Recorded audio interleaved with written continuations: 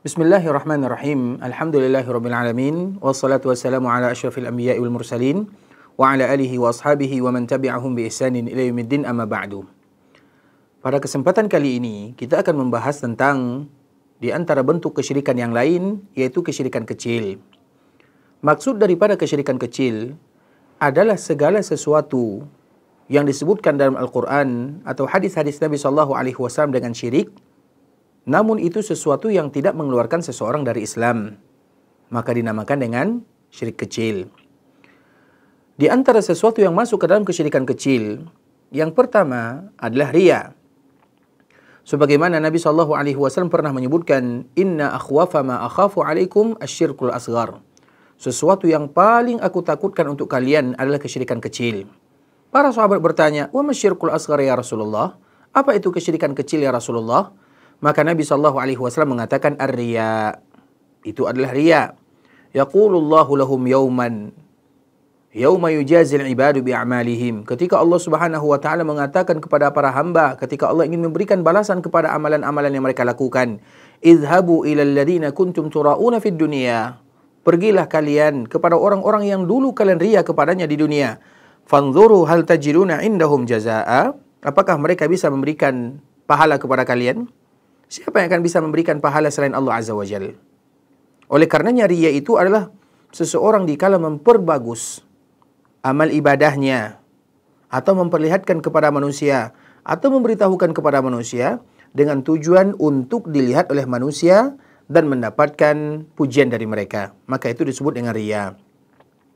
Kemudian yang kedua, di antara bentuk kesyirikan kecil adalah meyakini ada sesuatu yang bisa menyebabkan, bisa mendatangkan manfaat atau bisa menolak bala dan tidak menjadikan Allah sebagai sebabnya. Seperti sabda Rasulullah SAW, Innar ruqa wat tamaim wat tiwala syirkun. Sesungguhnya ruqyah, jampi-jampi, jimat, tiwala, bagian daripada jimat, itu adalah sebuah kesyirikan. Nah, maksud daripada ruqyah di dalam hadis ini adalah ruqyah yang tidak jelas apa maknanya, atau ruqyah yang terkandung di dalamnya kesyirikan kepada Allah Azza wa Jal. Sedangkan tamaim atau jimat, sesuatu yang diikat, digantungkan dalam tubuh manusia atau hewan untuk mendatangkan kebaikan atau menolak bencana.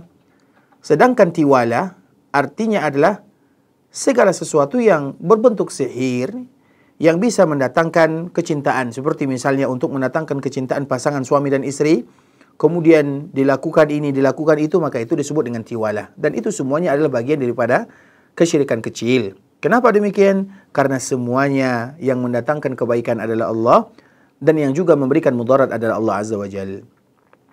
Kemudian yang ketiga, kesyirikan kecil itu juga terdapat dalam kata-kata dan ucapan. Seperti orang yang bersumpah selain nama Allah Azza wa Jalla. Mereka mengatakan, Masya Allah wa syi'ta. Allah menghendaki dan juga kamu. Atau kalimat, kalaulah bukan karena Allah dan juga karena kamu. Atau juga kalimat yang sama. Karena di dalam kata-kata ini ada penyetaraan antara Allah dengan orang lain. Sehingga dengannya Nabi SAW menyebutkan, Man halafa bi ghairillah faqad kafar au asyrak.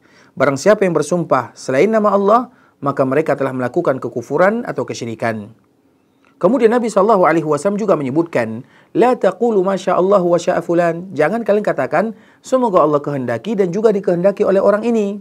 Akan tetapi katakanlah, Masya Allah thumma sya'a fulan. Semoga Allah menghendaki kemudian dikehendaki oleh fulan. Jadi ada urutan. Karena kalau kita menyebutkan Allah menghendaki dan dikehendaki oleh fulan, berarti kita setarakan antara Allah dengan fulan tersebut. Tapi kalau kita menyebutkan, Masya Allah thumma sya'a fulan, Allah mengkehendaki kemudian orang ini, berarti ada urutan di bawah. Dan Allah adalah zat yang senantiasa mengatur alam semesta. Dan kalimat ini merupakan di antara kalimat yang terkandung di dalamnya penyetaraan Allah dengan makhluknya.